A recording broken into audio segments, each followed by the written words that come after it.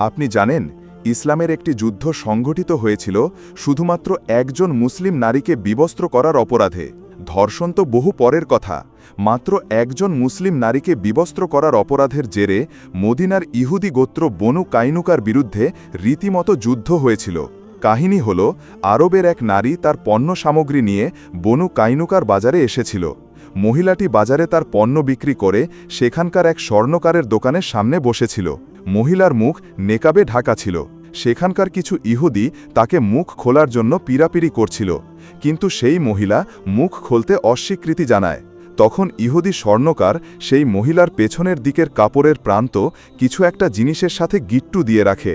ফলে মহিলাটি যখন উঠে দাঁড়াতে যায় তখনই তার কাপড়ের টান লেগে ছিঁড়ে তার নিতম্ব বিবস্ত্র হয়ে পড়ে। এ দৃশ্য দেখে আশপাশের ইহুদিরা অট্ট হাসিতে ফেটে পড়ে। মহিলা লজ্জায় আতঙ্কে চিৎকার জুড়ে দেয়। এ ঘটনা সেখানের এক মুসলিম যুবক দেখতে পেয়ে সেই ইহুদি স্বর্ণকারের ওপর ঝাঁপিয়ে পড়ে এবং তৎক্ষণাৎ তাকে জাহান্নামে পাঠিয়ে দেয়। কিন্তু আশপাশের ইহুদিরাও সেই মুসলিম যুবকের ওপর হামলে পড়ে তাকে খুন করে ফেলে।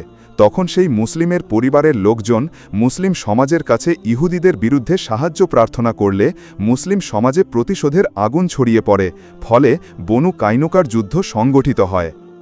এই হলো ইসলামে একজন নারীর ইজ্জত সম্ভ্রম রক্ষার নমুনা। আজকে যারা পাশ্চাত্যের থেকে নারী অধিকারের সবক নিয়ে এদেশে নারী অধিকারের স্লোগান দিচ্ছে, তারা তুলনা করে দেখুক পাশ্চাত্য একজন নারীর ইজ্জত সম্ভ্রমের কতটুকু মর্যাদা দিয়েছে আর ইসলাম কতটুকু মর্যাদা দিয়েছে।